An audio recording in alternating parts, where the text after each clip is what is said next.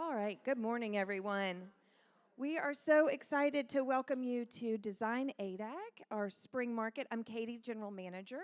And before we get started with our awesome keynote this morning, I want to just go over a couple of housekeeping items. Of course, this is your event guide that you'll find in the back of the presentation room. And I'm going to go ahead and get this started. We do have other people that are sitting down, so we'll do these things simultaneously. So grab a copy of this event guide. Of course, make sure you're registered for all of the events that you want to attend this week. But remember, we are also celebrating our Southeast Designers and Architect of the Year this spring market. And we have our finalist celebration tomorrow evening. So if you want to see all of the finalists, meet all the finalists, come to that party. There's a couple of fun things in this event guide this time as well. We have a look back at last year's award winners and a look at all of our new showrooms. So be sure to check out this event guide. Of course, this is a week to have some fun with us on social media, so please use our hashtag DesignADAC and our handle at ADAC Atlanta. And then in this event guide, we have all of our speakers, all of our media partners, and all of our showrooms handles as well. So tag all of us, have some fun, show us the fun that you're having, and we'll reshare. Our stage decor here is from Kim Regas with Regas Interiors. She, of course, has an office in this building, so we're incredibly grateful to her, and all of the product that is on the stage comes from ADAC. So if you want to check any of these things out, there is a resource list in the back of our presentation room. And today, I want to thank our sponsors. Our showroom sponsor today is Pallet Check, and don't forget that we will go after this presentation to Suite 207. We will have a reception and, of course, a book signing with Jeffrey Allen Marks, so be sure to join us there. Our media partner is VERANDA, and of course there are also magazines in the back of the room, so pick up your copy of VERANDA. And with that, I'm going to turn things over to Editor-in-Chief Steele Marcoux. Thank you, Katie, and thanks to all of you for joining us this morning. Welcome to ADAC, and I want to also add my thanks to Pallet Check for sponsoring this panel, and to Jeffrey Allen Marks for coming in to Atlanta for a couple of days, or a day and a half. So glad to be here. Yeah. Jeffrey is an American design icon. Some of you may be familiar with his presence on a very popular television show back in the day. Love to bring that back, Million Dollar Decorator. And just kind of some words that describe his style are that come to mind when I think about relaxed and refined. You have this sort of bi-coastal presence, which we're going to get into a little bit. And there's a charm to not only your work, but your personality that I think comes through all of your projects. So we're so thrilled to have you here. Jeffrey has written 2 books. He has a new book out this spring called This Is Home, which he will be signing after this. And it's such a great book.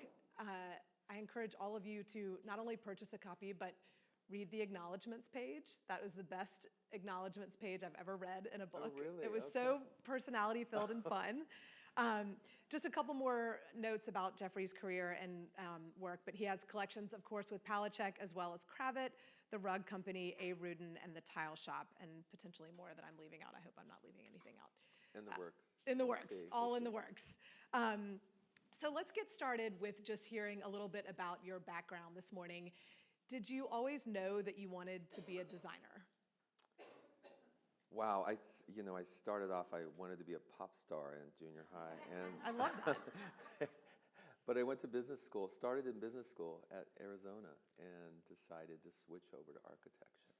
Interesting. And then I think, it was at a time many years ago when you didn't really have a lot of design-oriented schools, interior schools. So I went over to England, I crossed the pond and went to a proper, at the time, interior design school, Inchbald, in London. Yeah. That's so great. And yeah. I think, I know that's had kind of a deep influence over your career, that time spent in England. I think it has, because I think, any time in your 20s when you're somewhere sort of learning about design and learning about, your taste and what you like and what you don't like, I think that was a nice time for me to, it definitely forced, or set the tone for my style.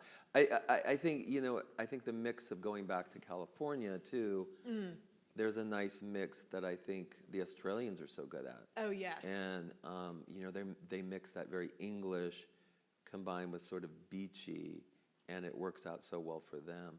I think that's what I sort of took from there. And I still do. I still order a lot of my furnitures and my upholstery goods there. From kitchens, England. yes.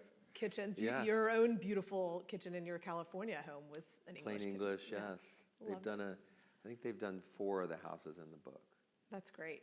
So- Before we get into a little more into the weeds with what you were able to learn in England, tell us about being kind of discovered in England, if you will. You mean this? Well, it was funny because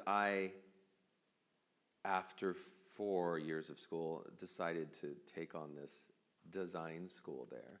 Very expensive, couldn't really afford it, and my parents were not about to support me any longer. Did they feel like, okay, we've been supporting your schooling We've done for it. long See, enough? it was almost 5 years Yeah. at it because I had a few problems in school, and then the switch over. And, Yeah. Yeah. So I was sitting at this cafe thinking, well, I guess I'm gonna have to go home, and this modeling agent just I sort love of it.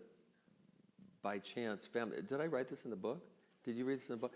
So they sort of found me and discovered me. I'm like, what are you doing? He's like, well, would you come to our agency? We'll take some pictures. The next day they had a job for me, and That's I sort crazy. of saw the money, and I'm like, okay, I don't care. Yeah.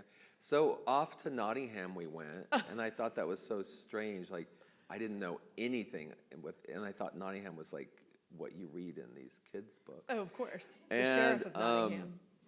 My first job, you know, they start to come in and tailor me, and they're fixing this suit that I'm wearing, and I don't think, being from La Jolla, I'd never really worn a suit. And I'm like, what is this guy doing? He's pinning down my leg, and whatever, and he's like, oh, I'm so sorry I didn't introduce myself. I'm Paul Smith.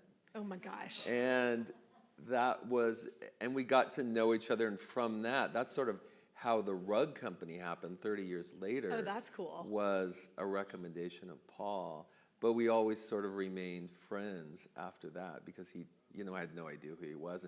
And that's when he just had one store I love it. in Covent Garden. Oh Yeah. my gosh. So from that, I called my parents, and I'm like, you know what?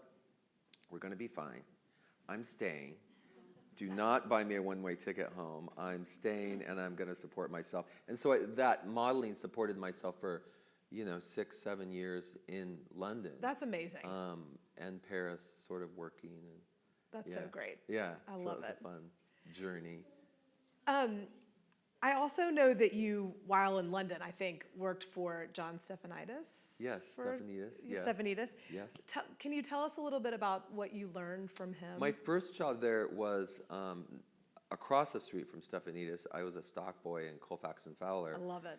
And literally just filing fabrics, which is why I always respect when I go into the design centers today, these fabric people, because it's not an easy job, and you got to figure out just all these samples and where they go and how many colorways there are, and It's a lot to keep track of. And then sometimes the numbers don't coincide with the boxes. Oh no. So then I really liked this guy's style across the way and he had such an interesting, I think that's when I learned about mixing, because he really was the expert at high-low, bringing the outdoors in, and I think that was a big thing, because he was Greek. Totally.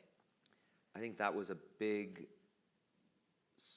thing that I didn't really know about. I think California style, we had Michael Taylor in San Francisco that started to bring the outdoors in and plants in, and that was, that's relatively new in our profession of a plant being in a room, really. That was sort of Michael that kind started of all that for the most part. Because Michael would almost treat plants as part of the furniture plan. For sure. Yeah. It was, yeah. But it's interesting to think that he really. So I the one think that took it Stefanidis, in a different way, I learned about scale, for sure. I learned about color and his creative ways to sort of, bring in the color tangerine and bring in the lavender and bring in, he had very muted colors that I think that was instrumental in my eyes, seeing the world, you know, that everything's not red, white, and blue. It's interesting to think about you being in London and getting that experience from him, someone from Greece, but So it's lucky.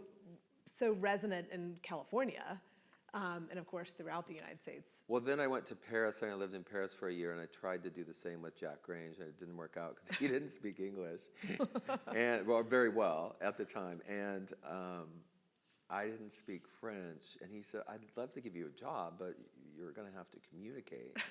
And so I tried to learn French, but that's a hard sport to A hard learn. sport to pick up. Yeah. But I went back to England. I liked England more. And then how did you decide it was time to come home to California?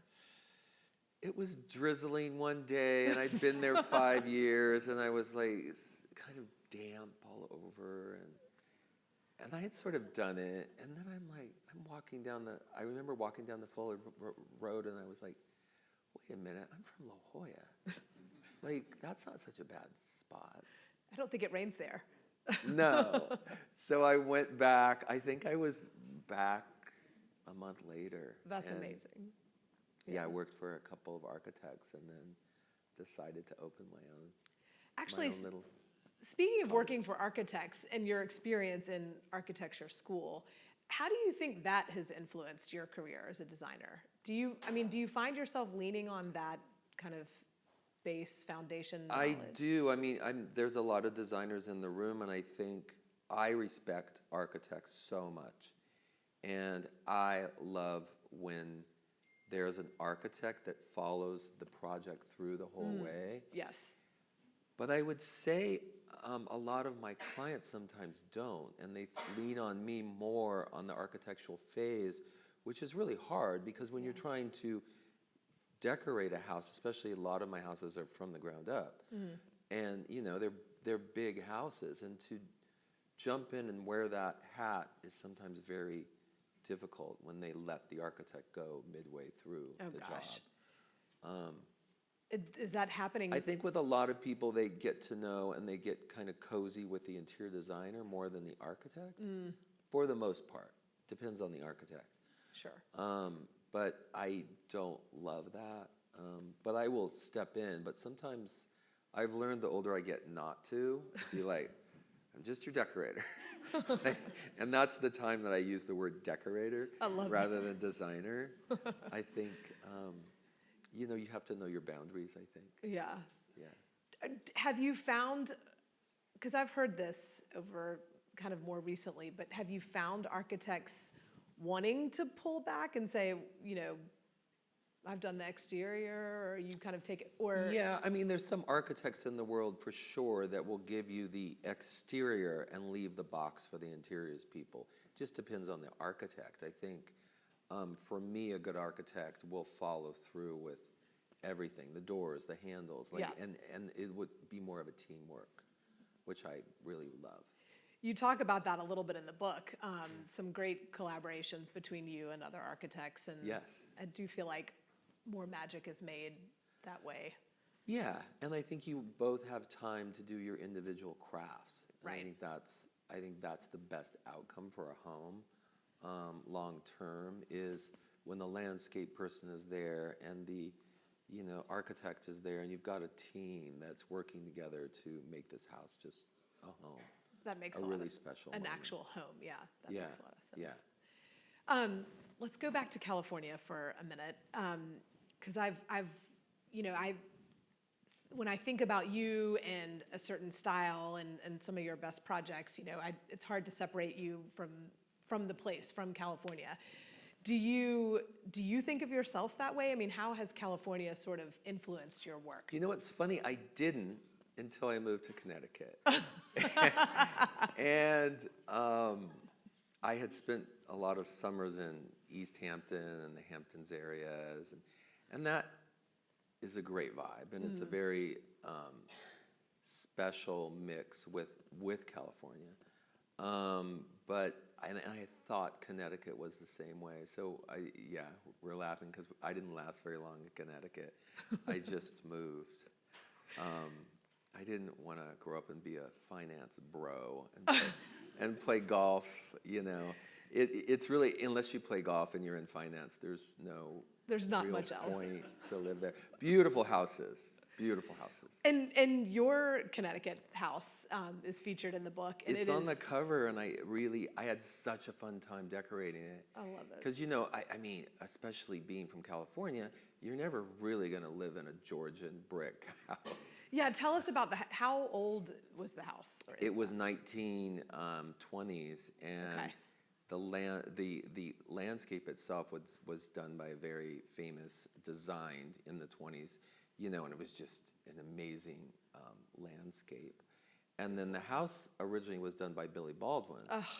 So it was just, and Ruby Ross Wood, when they were partners. I love it. It really was a special house to go in and sort of bring it back to what it was, because it had been bastardized a little bit in the 90s and whatnot. So I put in a new kitchen that was, I thought, more cohesive with the house, probably what was originally there, more so.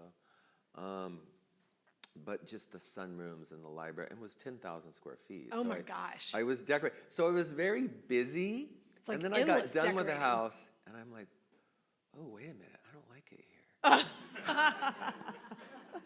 It was out in the country. It was the most beautiful house, and all my friends were coming to visit, and they're like, "What do you mean you don't like it? Like, this house it just wasn't me. Yeah. Like, it just wasn't me at all. Like, and I got some nice compliments, and then people walked in and they said, "Oh, I feel like I'm in California," which was a compliment to a very formal house. Right. But in the end, my daughter really missed ice cream in the pool every day. I love it. So we are headed back to Montecito. And this is brand new news, right? I mean, first thing this morning, I saw Jeffrey and said, "When did you move?" And you said, Friday. Friday. Yeah. So I've had a busy weekend. It's a busy weekend. Yeah. We've talked about this a little bit, but what do you think it was that in the end kind of pulled you back to California? I think it was, if you're being serious about, I think my career-wise, it's very hard to start fresh there.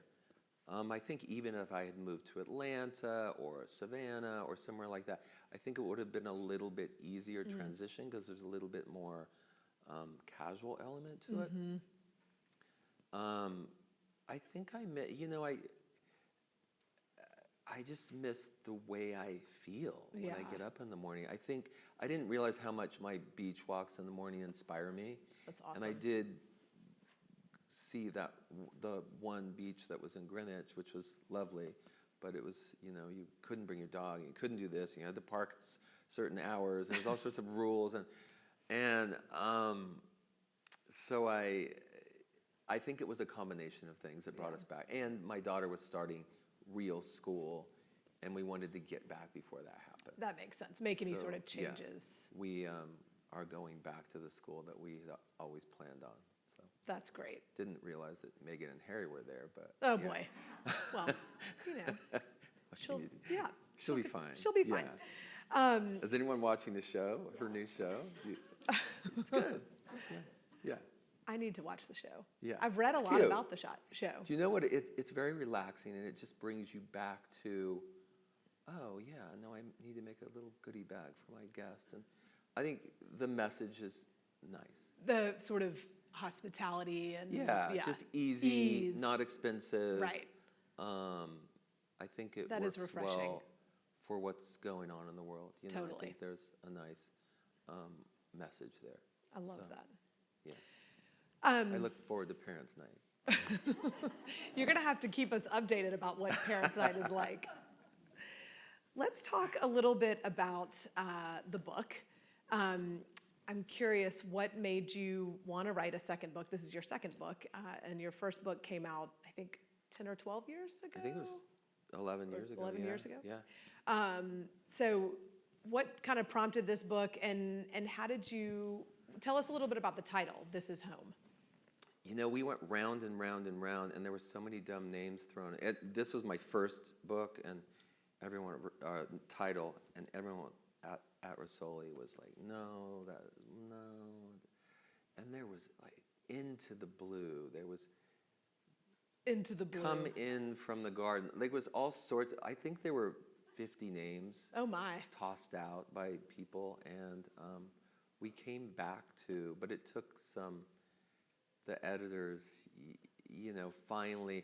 I don't think you can pick a name for a book until it's sitting there in front of you and you see it, and it's also probably very personal.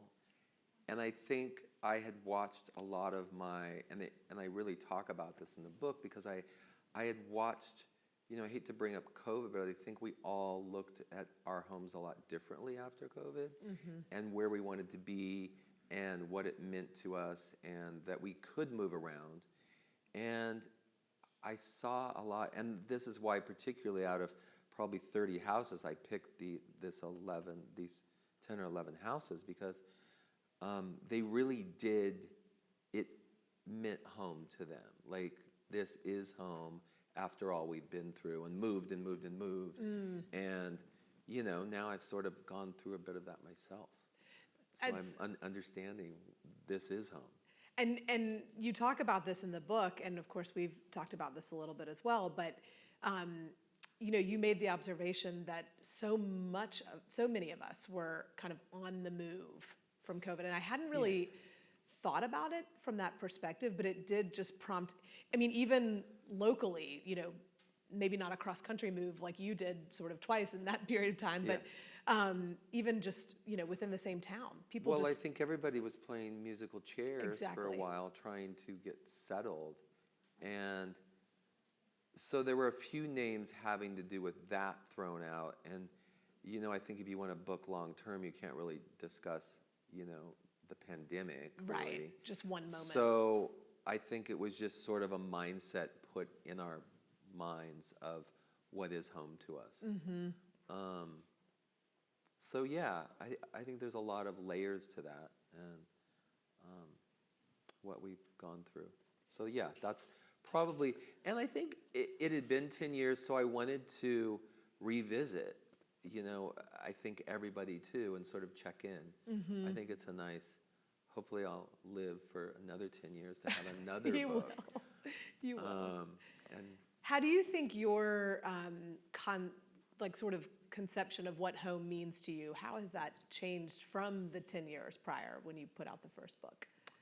Well, the editors talk about, I have a family now, and that's different, and especially a child, and we were just discussing that about cars, like, you look at things a lot more relaxed, and you look at, performance fabrics much more than you ever did. I have a new line with Kravet coming out that's just performance fabric. Oh, that's interesting. And they're like, do we want just outdoor? And I'm like, it's not really, I use it for everything now. Yeah. I use it in bathrooms, I use it in bedrooms, headboards, sofas and dogs. Especially, I think, whereas before I had a little don't touch, God, don't, sit on the sofa. All my dogs were trained not to jump be up on the sofa. And now the dog I have now is on the sofa, on the bed. Like, I'm maybe in a different phase, yeah. So I love that. I think that's what this is home means, and I think that's what the book means a little bit more, of, okay, we're gonna really use this house now. I will say, in having read the book, there does seem to be a real sort of intentionality with every home project that you featured. With, there was some sort of specific impetus for why the clients, had come to that place or why they wanted to do a certain thing, and that's really, you don't always get. It's not as much about like the aesthetics or whatever. It was a little bit more soulful. No, and it wasn't about I think it was the story of this is a very different home than the last. Yes, exactly. And I wanted to show a little bit more through line of, we all live very different. And I have a lot of friends that are designers that when you walk into a house that they did. Yes. And I don't think with this book you're going to necessarily see that. No, I for sure agree with that. John Saladino wrote the foreword. He did. I've been an admirer of John forever. I think he was one of the first designers I met. I had worked for an antiquarian for a while, Gep Durenberger in San Juan Capistrano. I love it. And he was a good friend of John's. And that's when I really looked into his layering and how he mixed things and his scale and his sense of this formality, but sometimes in a very casual way. And I think he's so talented. I think he's of a generation when he didn't do this so much, but he's such an amazing, smart man that he should have. Yes. And now he's, in his late 80s, and I just really wanted to sort of pay tribute to him. And he lives down the street in Montecito. I wondered about that, yeah. So I personally went and brought him a book. That's and great. He's not doing that well, so I really wanted to just acknowledge that, he's still very important to all of us. Well, and it was such a welcome treat opening your book and seeing that, because to your point, he hasn't gone out on a big book tour, and so it was nice to see some writing from him. But that was the long time before, yeah. When we did this Right. kind of thing. I think it was just you brought out your book, and maybe you had one book signing in New York City, and that was it. That was it. Yeah. But I love that you still get to see him. Yeah. And I still use his furniture. A lot of his furniture is in the book. That's fantastic. I just ordered one of his sofas for my own house. That's great. So it's a nice. Can you tell us anything about your new house back in California? You've just installed it? It's very different. It's absolutely very, 1,000% different than the book on the cover of this book, which is my living room. But a lot of the same pieces, I would say I brought 60, 70% of the pieces that are. Oh, that's good to and hear. Of course, and I think in California, then you mix it with the wonderful pallet check, and you just start to layer. And I think that's when, I think this house coming up, hopefully be in Veranda. Well, that's what I was just sitting here thinking. Can we get a sneak peek? Can we put it in Veranda? But it's very contemporary, and cool. it's overlooking all of Veranda. We Montecito. love contemporary. People don't always. But I think I've mixed it with all my beautiful Scandinavian antiques, and I think you mix it with this layered wicker and light linens, and I think there's a nice mix there. But definitely you're not expecting it when you walk in the house. That is so cool. That sounds. Yeah, it's an old Jack Warner 1968 house. Oh my gosh, that sounds so cool. Yeah. Do you think of there being a style for California living, or how do you characterize California style? I don't think it's a style so much. I think it's just a way of living, and it's a way of ease. And I think it's just a mindset more than anything else. And I've learned that a little bit being in Connecticut, where everyone came in and said, oh, I feel like I'm in California here. Like they would see, a beautiful Scandinavian antique next to a pallet check table, and they started to understand, you can mix, and there's this, I want to say, beachy aspect to it without necessarily being on the beach. It's and so I say that about when I'm thinking about my licensing,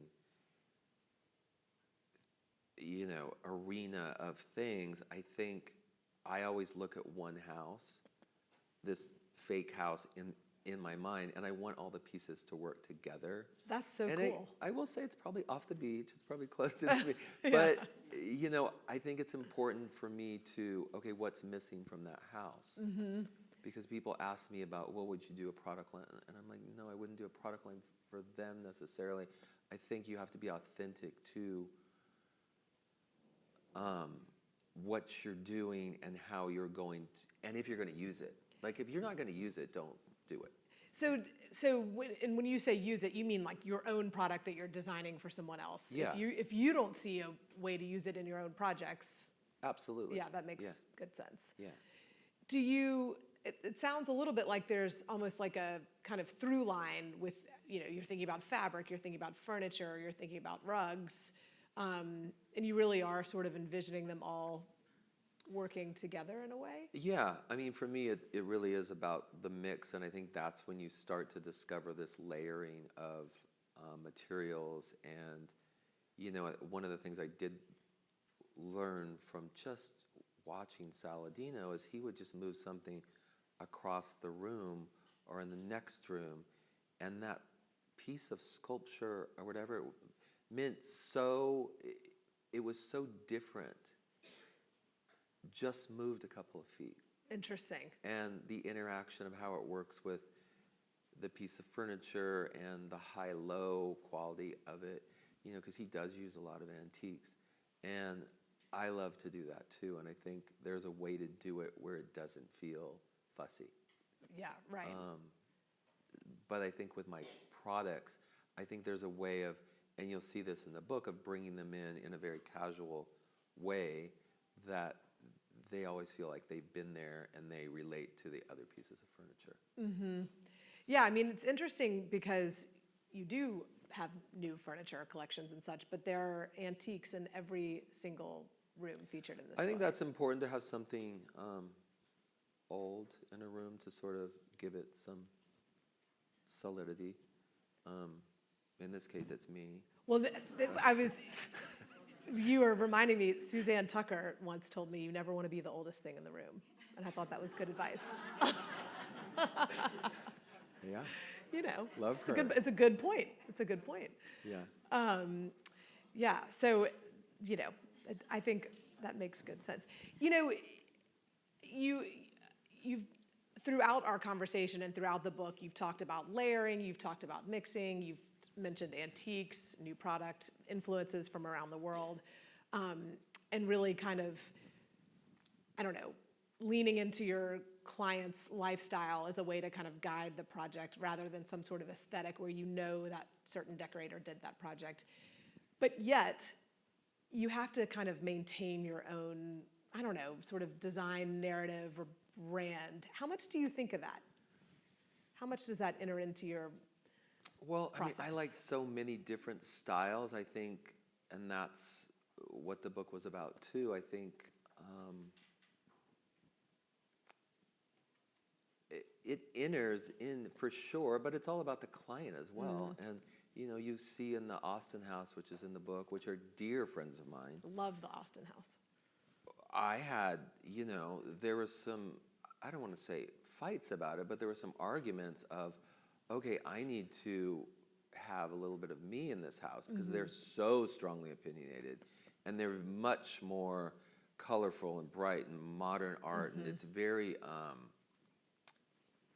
strong. It's so strong. And so I really had to hold them back with, okay, you have all this stuff. We're just going to put a sisal rug. We're going to calm it down. We're going to, put a fish painting. We're going to, because Something a lot of my organic in clients, here. and I talk about this in the book, don't like anything. They don't like blue. I'm like, why'd you hire me? Number one, I don't and like they don't blue. like window coverings, and they, so there's a lot of, clients are interesting, and I also think then you have to, not you don't have to, but like I want to incorporate the things I've designed too. Yes. Like my product line. Of course, yeah. And sometimes it just doesn't, it's not that house for it. Yeah. But I think that's what makes it fun, is that people don't necessarily, maybe it's my personality, don't come after me for one look. So. And I mean, in that way, especially thinking about the Austin project and the home, you can have sort of a softening effect on them, and a better result emerges because it's, mostly them, but with your knowledge and training. I've gone on to do 2 other houses for them, so they must like it. Yeah. Interaction of what I bring. So yeah. How do you? I've asked you about this before, but I'm always curious from designers like you. What's the best way to find and keep clients? Like, how does that process work for you? I mean, for me, it's word of mouth, and I do take on lesser and lesser clients. I probably say no to probably 70% of the people that call now. And I just sort of know, I think you've got to follow your own intuition, and I've definitely had, and I'm sure you all have had that client that you just didn't interact with, and it's tough, and it Have makes you- life Have so you had to tough. break up with a client? Oh yeah, Yeah. yeah. I mean, I never break up. I always finish the job, but I definitely never want to see them again after that. Interesting. I just had an incident in Connecticut that was a doozy, and I took it And you on. moved as a result. No.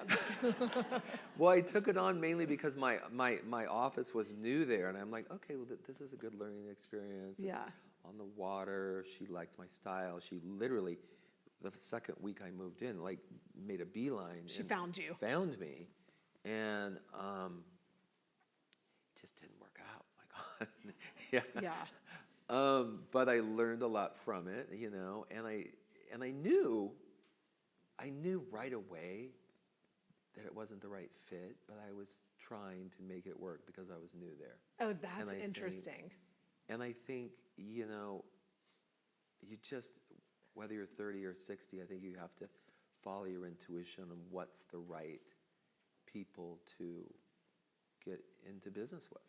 Did she, yeah, which is really what you're doing, getting into business.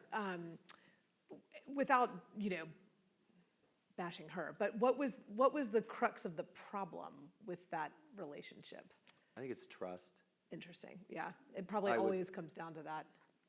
I would put it down to trust. Even, she was, very type A, and I have a lot of that kind of client, and I think that's my personality, that people gravitate towards that. And I think I watch other designers that are very type A designers that get the calm, easygoing client that's just like, yes, ma'am, whatever you. And you're And calm, so you get the So I type think there's As. definitely always a balance of the personalities, but yeah, I think it really does come down to respect and trust. Yeah. You mentioned your office in Connecticut. You are such a people person, and I'm curious how you hire people and what you're kind of looking for when you hire people. And Well, my office in Connecticut is no example. Like, I hired people that I wanted to be friends with. I love it. I love it. Because it was the first time my office was at home. Yeah. So then you're Well, I bringing had these 10,000 people square feet, so I'm like, I into got to your- fill it. I'm not going to get an office after this. Right, no. Because we used got all the about, space you need. between the three of us, we used about like 500 square feet. Right. Yeah. Because we were always like huddled together. All on the, clumped up. And so it was a separate entrance and whatever. So I really did. I hired, and I will say this to their face, and I love them dearly and will be friends forever, but the worst assistants. The other day I was in Palm Beach, and I had gotten there, and I was just about to have this book party at Hive, which is a wonderful store there. Love Hive. And my assistant, Maggie, texted me from Connecticut. She's like, "How's Atlanta?" Wrong week. And she's in charge of my schedule. And I'm like, That's next week. we're just going to have white wine together. Yeah, I'll send you a Christmas card. Yeah. But gotta love her, yeah. I love it. But although it is funny talking about my office, like, and I was saying this last night, like, I have 6 people that work full time, but they're all remote now. Interesting.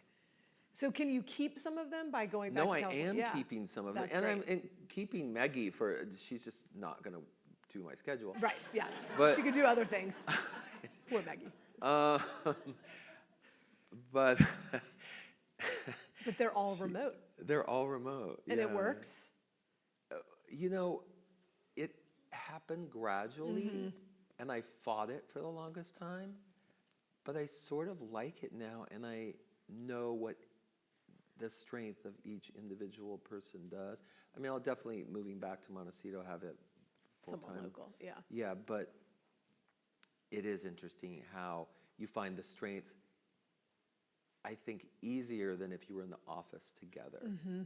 And I think it's fun too because they're all across the country. So I know when I get up very early in the morning. I know who I can talk to. And That's great. Answer, get And if you have questions. projects around the country, I would think that could be useful too. Yeah, it is. It That's is for great. sure. Yeah. I just was actually talking to another designer, and his kind of right-hand person, as part of a COVID thing, but anyway, moved back to kind of from New York to the Midwest to be closer to family. But she's instrumental in his day-to-day. You know, it's just interesting to think about these no, it's tough. setups. And especially when you don't know how to do an attachment on a computer or whatever. So Yeah. I do need someone there like sitting there, okay, here's how you get on a Zoom.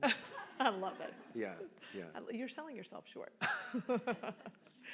Let's see, what other, couple other questions kind of related to both home and clients, and this is something that we've talked about a little bit, but has what clients want or what clients want from you changed at all? Like what's important to clients these days? I mean, I know different clients have different needs, but broadly speaking. Yeah. Do you see people valuing, say, comfort more or convenience? That's a hard one. I think my clients are, I will say, a lot easy, except for the Connecticut client.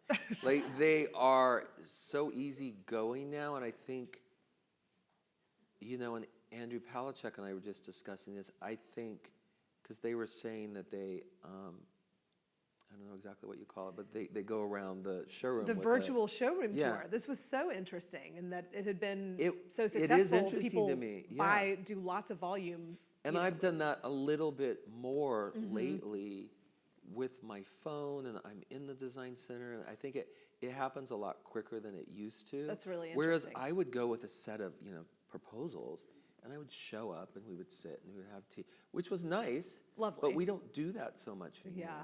And there's not and I think also because my clients, I hate getting on a plane, and my clients are all over the place. So Right. I think there's a lot more generation of like how this house is going to evolve just remotely. Do you think we were talking about this a little bit, but almost goes faster because someone's like taking notes in real time, maybe making some tweaks in real time rather than, I don't know, sometimes I leave an in-person meeting and it's like, so what did we decide? Where are we going? There's something to be said for, don't get me wrong, I would love to live in Atlanta, have all my clients in Atlanta, Do all your shopping at ADAC. Yeah, and just that would be so amazing, and that's Yeah. the way it more so used to be when I was starting out, which I loved. Yeah. But I don't think that's the way my clients, to get back to your question, are wanting to deal with it either. That's true. Yeah. They don't want to see me face to face anymore. Yeah. I think, and I think they're just trying to get on. I think when you're building a house, it's harder than decorating a house because you do have to show up there. You do have to go to construction meetings. You do have to know what that wall looks like, and you have all these beautiful elevations, but sometimes it doesn't look like that. And Yeah. Sometimes you need a window, and sometimes So I think there's nothing like especially seeing the light where you are and Truly. the project and what you're looking at when you open up the windows, and I think you have to be there. You have to do some of that, yeah. And if you've done that, then it might make some of the virtual stuff a little more seamless. Yeah, for sure. If you've already kind of spent the For time sure. and put the time in. But I think, yes, more casual living. I think, I've said it, performance fabrics, and I think this is, again, back to the pandemic, I think people really want to use each room of their house and use it, not just have it. Not just have it, Yeah. but actually use it. Yeah. Yeah. And I think that's what I've learned in my own homes and designing those. I think I don't want that either. I don't want this pretty living room that looks good on the cover of a book, but I No don't one go goes it in. much. Yeah. That's such a lovely evolution of how we think about our homes, and that's how we should think about our homes. Yeah, think. I think about like the end of my life too much lately, and I just want to be in a studio, like Yeah. this wonderful studio with high ceilings overlooking Overlooking the probably ocean, something. probably. Yeah. I love it. I want to get smaller. not Yeah, bigger. not more, Yeah. but maybe a little less, but better. Yeah. I think that's a Filled good. with Palachuk. Well, right, of course, Yeah. filled with Palachuk. Yeah. That's a good time to open it up for some audience questions. We have roaming mics. Don't be shy. Good morning. We all have to deal with televisions, and I wondered how you approached that. Some want them in every room, some don't. Some want them hidden. You know, days of the armoire are gone, so. That is gone, yeah. That's such a hard one, too. I will say that TVs have gotten better looking, and sometimes there's the art concept that you can put on them. I do both. Some people want them hidden. I, in my own house, now have them out. Maybe because my daughter's always watching cartoons now, so she wants it accessible. If there were a sliding piece of art or something. But I mean, I would never put them in a living room. But, you know, I do have one in my new kitchen, and I have more than I ever have. I'm not a big TV watcher, so, but I get it. I think it's relaxing, and I think I don't necessarily hide them as much as I used to. I guess it's to answer your question. Have you ever used the like television on an easel setup, where you can sort of roll it away if you want? Or I'm curious about that. Not in probably 10 years, Okay. but I get it. Yeah. I get it, yeah. What about the TV that pops up at the end of the I love those. I have those I love everywhere. I have those in my bedroom now. I love it. that. Yeah, Uber it's nice for convenience. them to be hidden. I will say I do more so that I just did an ottoman that just the middle comes up Oh, that's cool. in a media room or a family room in Colorado.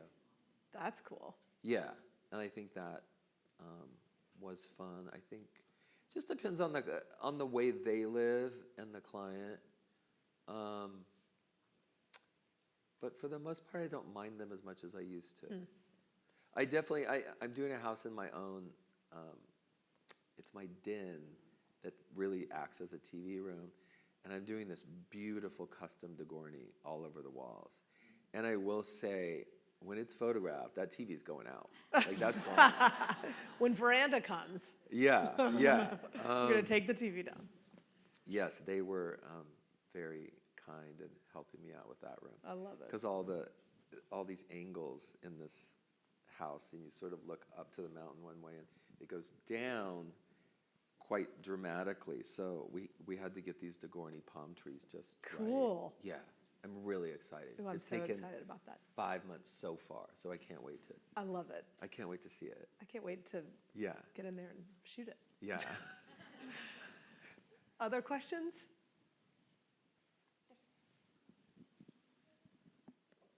Hello. What advice would you give yourself as a new designer? Ooh, I love that question. Ooh. You know, just to pick, and I said this on the Business of Home the other day, you know, just pick really good people to work for, with. You know, yeah, Maggie's not great at my schedule, but I like seeing her every morning. I'd really rather at this stage, you know, be with the people that I want to be. I mean, I had an assistant for probably 10 years who ran everything. Andrew knows her, and I couldn't stand her. But she did an amazing job. So, but looking back at those days, I was always afraid to go into the office. I don't want to do that again. But the office probably ran a lot better. I think it's all, you know, I think, and I've said this before, and I think, you know, my business manager for years starting out was Keith Granite, who's written many books about design. And if you haven't read his book, I recommend it. I think it's called The Business of Design. And do you know Keith? I've heard his name. And it's such a logical book. It's common sense, but if you really need to, right off the bat, have respect from your clients, and they have to love you and what you do and your style, and there has to be as I said, trust there. And I think I wish somebody would have told me that at 28 when I started my own firm. It's great advice. There was a question up here in the front.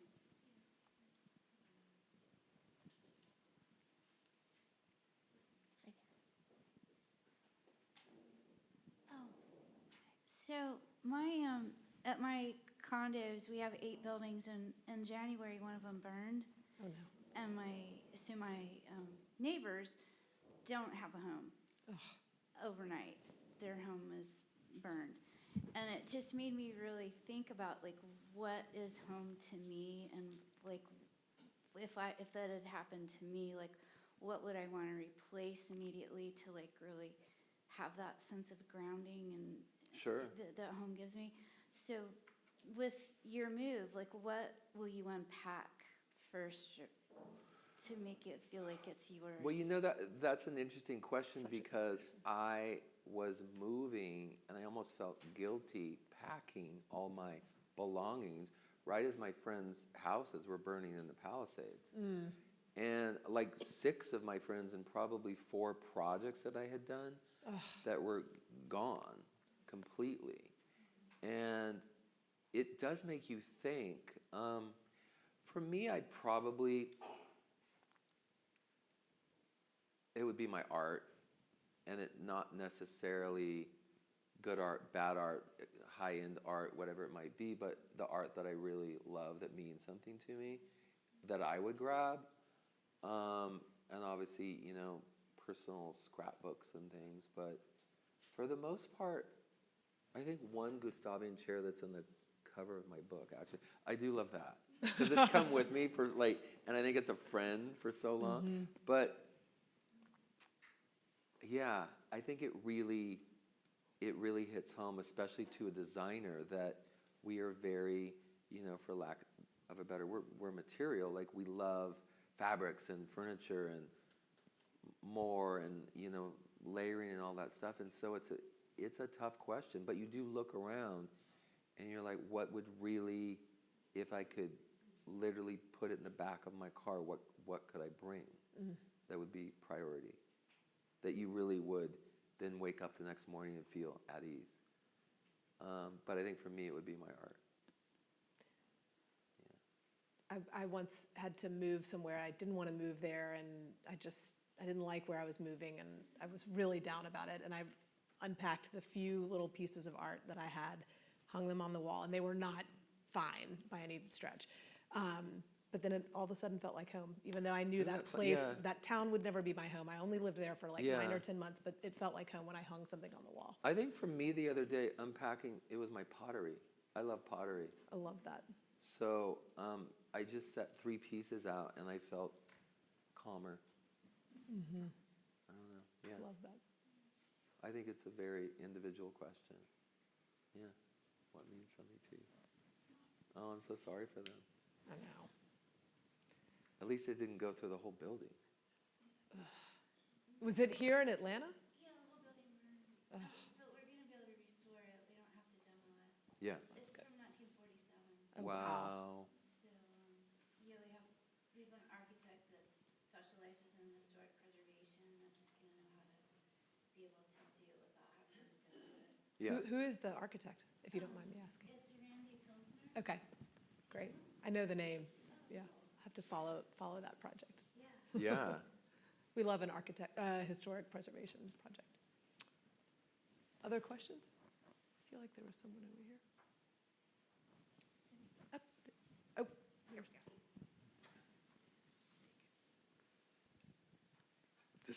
I was thinking about this question already before you brought up the fire, but since you just moved back to California, and I'm the only moving truck that's going that way.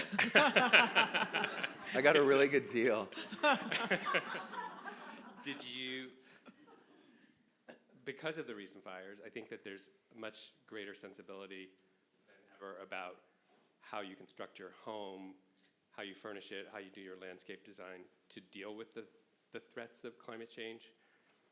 Did you take any of that into consideration with this new home? You know what? You really have to these days because you can't get insurance. And the insurance guy came out and he made me cut a couple of trees that I really didn't want to. And he explained to me how if there was a fire, Yeah, I think I look at it evenly differently than 5 years ago. But he said if there was a fire, how, and he showed me how things gravitate towards that particular plant. It happened to be a very tall cypress, and he wanted me to get rid of those.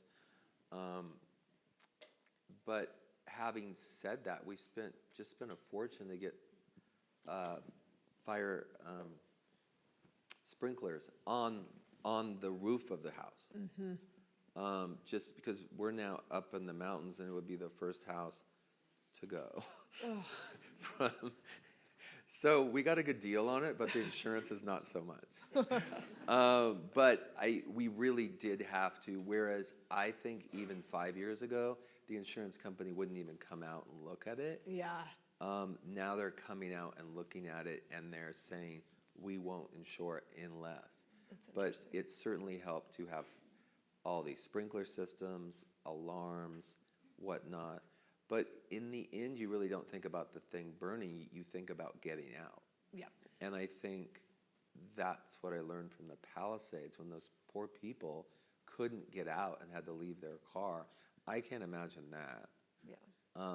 You know, you have kids, you have whatever belongings in your car, and you just leave the car. So I think for me, it was a matter of, no, I'm not going to buy that Moog to get up the hill. I'm going to buy a Range Rover Yeah. to get down quickly. Yeah. Yeah. Perfect time to close. Wonderful. And I'm going to turn things over to close us out to Andrew Palachuk. Hi, everybody. Thank you for coming. Was anybody here back in 2011 in this room? Yes. Part of Design ADAC in 2011, we were all on this stage together, Veranda, Jam, and Palachuk as part of the launch of Million Dollar Decorator.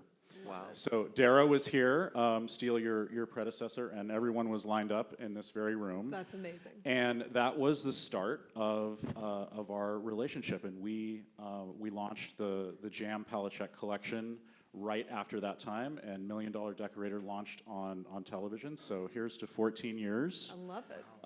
And I think we are on our 10th launch between Palachuk and Jam. And Veranda, you guys have been such a partner, and 1,000 times thank you for all of it. The book is sensational. The photos pop off the page. It's really your best work yet, and I'm glad to be a part of it behind the scenes. Thank you. Please join us upstairs. We're going to have a book signing and a little reception up there. Bethany, please stand up. Is our showroom manager up here, Palachuk in ADAC. She's here for you every single day for anything you might need. And thank you to the Atlanta design community. We have 9 showrooms around the country, and I would say that ADAC is one of the finest of these centers that there is. So thank you to all of you. I agree, it really is. And congratulations. Thank you. Thank you.